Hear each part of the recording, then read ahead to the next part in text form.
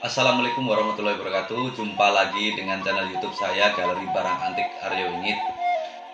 Beberapa hari yang lalu saya kedatangan seorang pelukis Cimahi, termasuk guru saya dalam bidang lukisan, kurator yang sering saya tanya itu pelukisan asli dan enggaknya.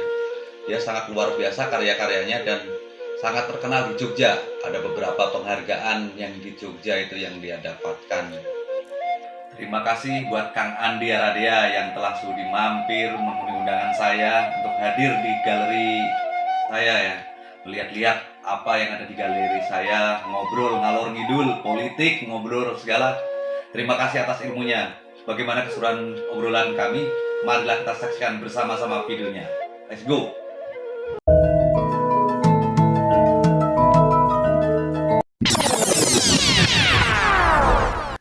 Gimana sekarang di Purwakarta? Alhamdulillah. Sekarang dua galerinya Pak Pusarakan ya? Ada Pak Pusarakan satu. Pusarakan. Pusarakan mana? Banyak dari Mulia. Mulia masih Purwakarta. Dulu mah kan masih enak, kita datang ke sini lihat Cimahi Ciptawening enak kan. Pada jauh. Mau nikmatin beberapa karya gitu kan enak gitu. Jadi dari si Omi gimana ya? Saya nggak lukis ya, lukis pemandangan. Aneh kenapa? Nah, lihat orang yang ditawarinnya kemampuannya kayak gimana? Wawasan seninya gimana? Ya kalaupun dia banyak uang, kalau wawasan seninya minim tetap aja. Tapi masih abu-abu bos. Apa? Dan harga jadi masih melihat. Ya kalau menjualnya gimana saya? Nah, kalau pelukisnya kan saya berarti saya udah dilihat sama pelukisnya ya segitu. Kalau misalkan ngejualnya gimana saya? Itu dari pelukisnya ya mah. Oh, dari kan ngelukis satu lukisan teh ngejual sabar aja. Iya. Nah, itu ada kan patokannya ke mana apa? Ya, mungkin ini history bisa. Ya satu itu karena bisa besar itu satu. Lukisnya satu udah terkenal karyanya dan kita harus kuat nahan. Seperti itu. Kalau misalkan kolektornya mah bebas mau ngejual gitu berapa gitu. Ini loh, kolektor rata-rata untuk membeli sebuah karya itu mulai 3 poin. Satu, nilai karya dari si artis maupun desainer. Kedua, nilai spiritual. Ketiga, baru nilai investasi. Ya kan? Untuk mahal itu harus ada nilai investasinya. Betul. Kalau untuk hanya nilai karya dan spiritual, pelukis baru pun bisa dibeli dengan harga yang sesuai kesepakatan. Udah ganti cat aja, sah sebagai karya seni yang dikoleksi. Jadi yang namanya kolektor itu bukan harus yang mahal. Kayak Pak Parlan nih misalkan koleksi lukisan harga 300.000, karya siapa? Itu kolektor. Nggak bisa sih bukan kolektor, belinya tetap kolektor. Terus ada kalimat nyinyiran, dia mah bukan kolektor. Gitu mah nyinyiran sebetulnya. Ketika barang sudah dimiliki oleh seorang kolektor lah yang membeli, itu hak dia mau dijual mau itu mah bahasa kolektor, itu mah bahasa yang tanda kutip. Nggak kurang kolektor. Saya mau kolektor.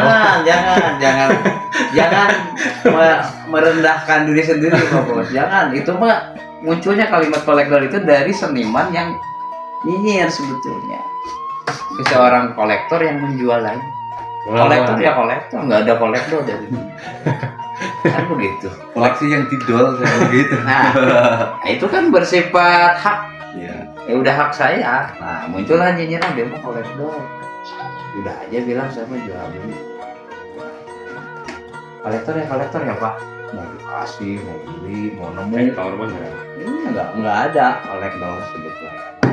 Cuman mungkin beberapa rekan yang disebut kolektor ini kan ada titik bosan mengkoleksi itu, jual lagi ketahuan lah sama yang nyuplai dia itu. Nah, nyinyiran ini yang bilang kolektor gitu. Ya bukan titel atau kolektor, hanya sebutan dari pihak kedua yang kecewa. Benar?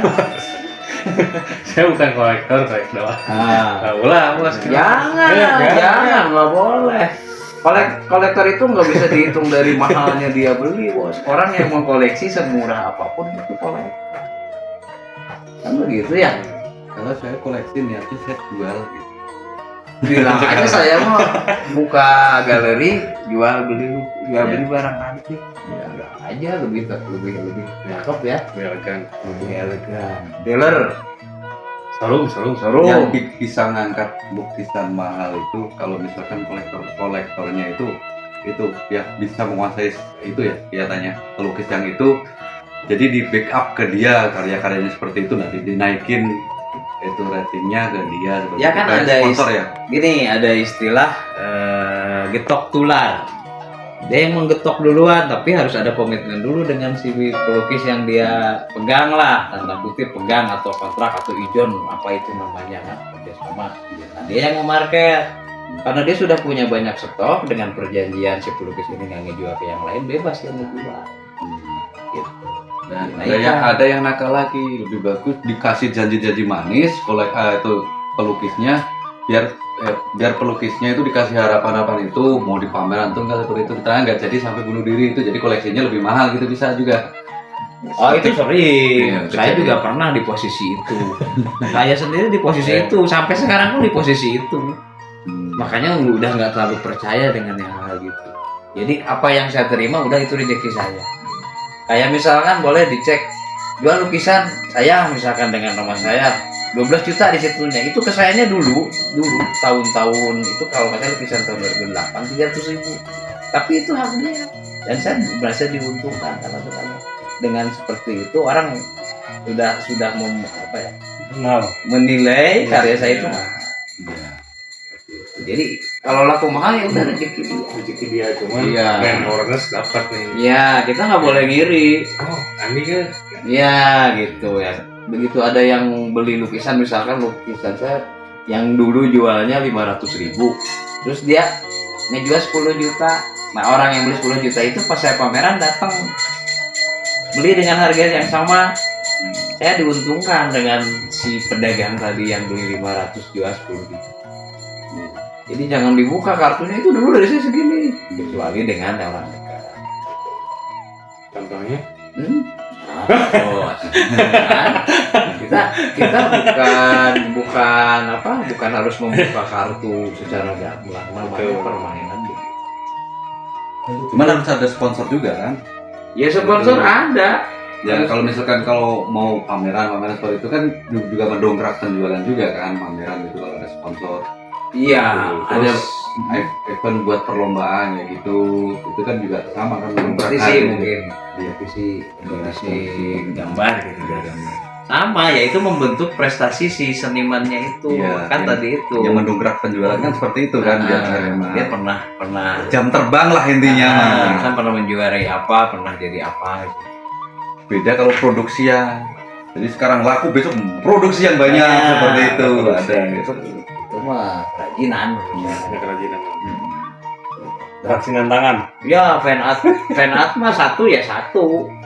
Limited lah. Nah, saya bikin kerang. Kalau kita nggak bikin lagi, Iya, nggak limited. bikin ya. lagi. Mau orang bikin nggak bikin. Hal-hal kayak gitu itu punya nilai spiritual, ada sejarah di situ. Jadi begitu ya, ini punya satu, mau dijual berapapun terserah. Datang aja ke pelukisnya bawa kerang kosong dilukis, kalau udah bilang satu ya selesai. Gitu Pak. Jadi karya seni itu ada jiwa itu. Jiwa Ya atau gimana? spiritual itu kan ini jiwa. Soulnya. Soulmate. Tapi rasakan diterima kalau teknik bener. Bener nggak Pak? Kalau yang itu sampai mungkin karena saya saking menjiwainya terus sampai dia tak malu kayak ada yang dijanjiin sama yang sponsor sama kolektor, wah nanti kamu saya pameran tunggal, ternyata nggak jadi cuma di PHP sampai ada yang bunuh diri kan, itu yang untung kan karena karyanya udah nggak keluar lagi kan kolektornya itu kan. Iya. Itu. Iya. Orang jual bisnis kadang-kadang yang kejam seperti itu kan, sampai kan ada teman kangen dia yang bunuh diri. Nggak dari Jogja. Ada dua. Jadi itu nggak sia mental, bukan salah mafianya, bukan salah jaringannya. Memang permainan jaringan gitu, mau bisnis apapun, bisnis rambutan. Iya, sama. Permainan bisnis begitu, beli semurah mungkin juga semua.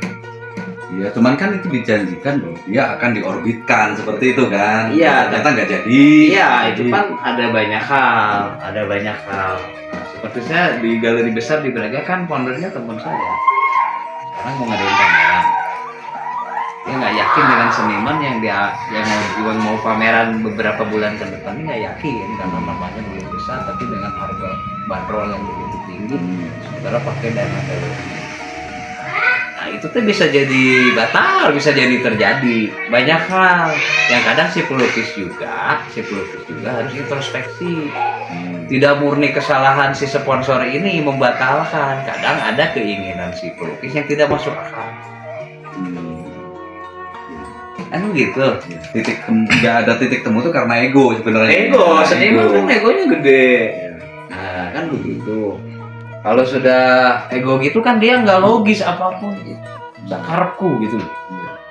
Bapak saya pokoknya pengen 1% sekian, sementara pasar nggak nerima, nggak menyerap karyanya. Soalnya kalau kita udah jadi kolektor kayak tadi, ini kolektor walaupun dijual lagi kan ya itu wah itu mahal. Ya itu punya barang punya saya sendiri kok mau mahal mau gimana terserah saya, seperti itu bebas.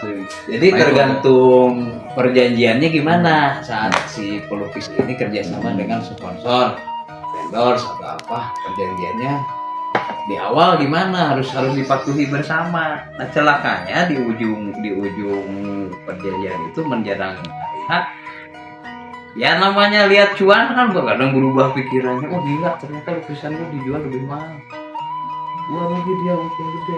Hal-hal seperti itu padahal si sponsor ini kan jelas tidak hanya membiayai dia, uang pameran, biaya promosi, wartawan, penjaga stand, SPG lah taruhlah. Ketika selama pameran itu ada yang nunggu Pak. Kalau berkarya ini kalau lukisan yang dirasakan antara nih Bandung, Purwakarta sama Jogja itu lebih enak mana? Itu kan rumah Kang Andi itu ada 3 sih rumah katanya dulu kan rumah kedua kan di Jogja gitu. Lebih enak atau lebih dihargain di mana itu antara gitu.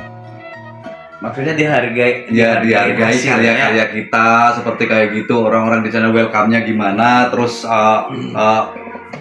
pemerintah yang di sini tuh menghargai seniman-seniman tuh gimana itu?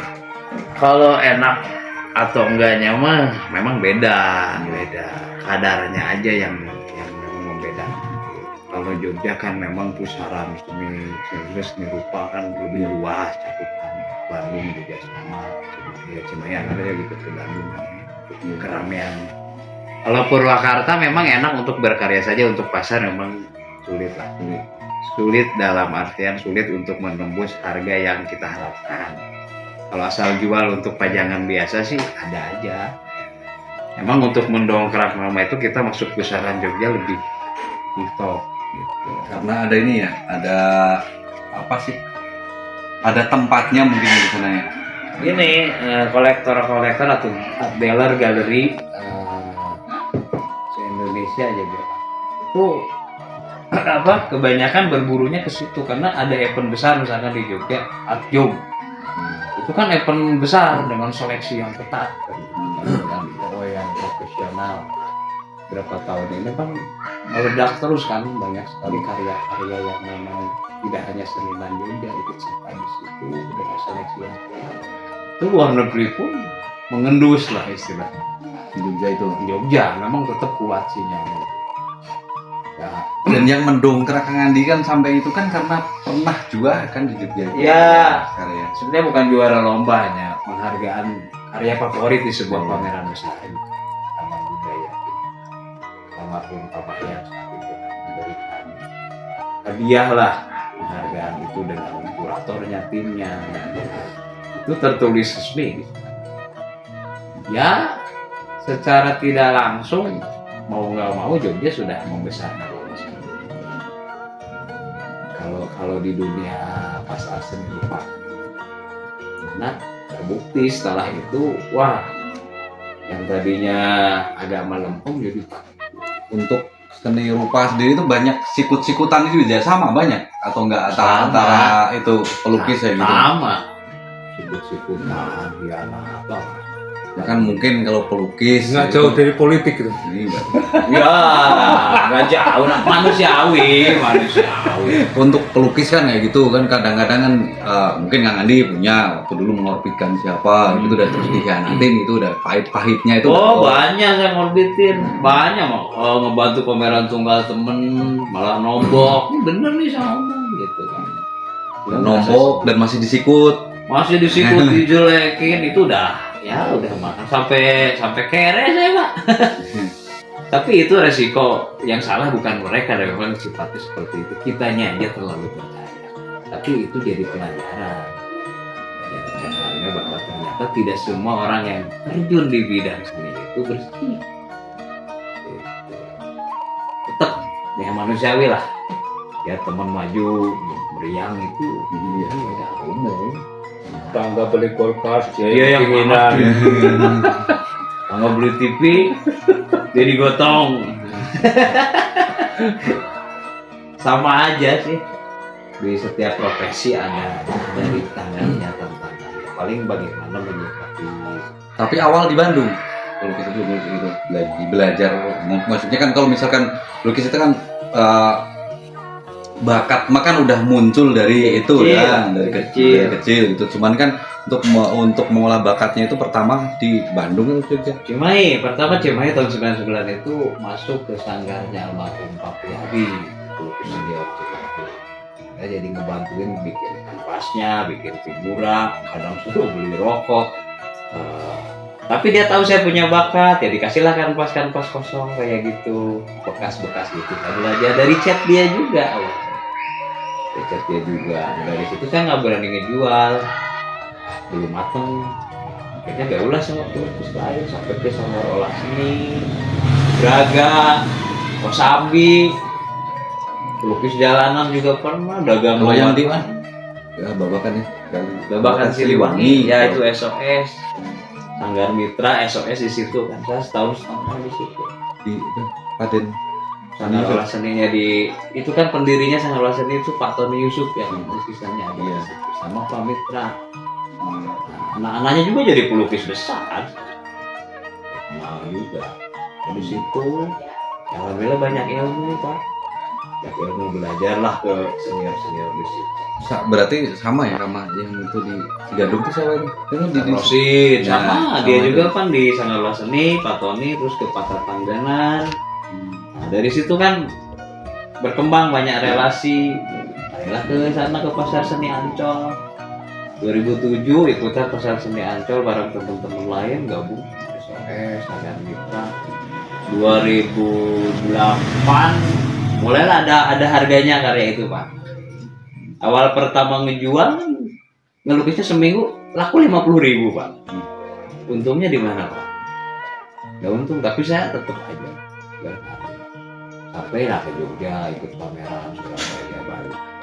Sampai sekarang nggak ada yang instan. Soal ya. Kecuali mie, kopi ABC. Kalau lukisan pertama kali masih ada atau gimana? Pertama kali ngelukis. Pertama menggambar ada sih. Ada di Disimpan. rumah tapi sket di kertas karena belum pembeli kanvas. Tadi tuh saya dapat kanvas dikasih kayak gitu. Jadi perjuangan untuk sampai hari ini tuh jujur aja secara materi nggak dimodalin saudara kakak orang tua. aliran itunya di itu sini kan kalau aliran kan ada yang realis ada yang gitu kalau kayak Andi ini ngambilnya ke Dari apa? pertama ngambil dekoratif, Dekoratif. Dekoratif itu kan Dia kan yang buat di pameran yang kemarin di mana di Purwakarta tuh ini. di Purwakarta. Purwakarta itu kan yang apa? banyak warna itu, Yang satu banyak warna, yang keduanya tuh banyak apa?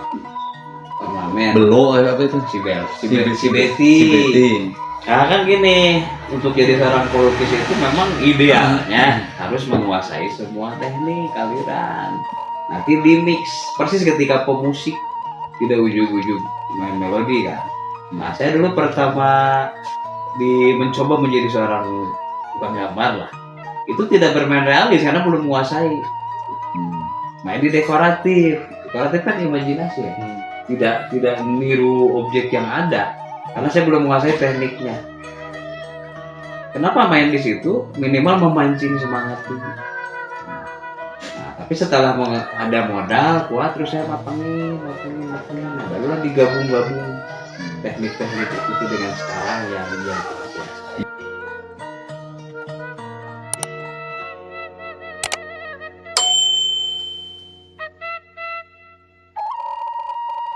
Yang bikin penasaran itu loh, yang karya yang dulu saya kecipta wening itu kan ada gambar kayak yang orang-orang antara negara itu dirantai seperti itu kan, itu menggambarkan bahwa itu suatu saat ada wabah corona seperti itu. Nah itu imajinasinya dari mana kok itu corona sebelum corona. Jauh sebelum corona belum Sebelum terjadi corona, itu kan udah ada imajinasi saya bahwa itu gambar ada corona itu.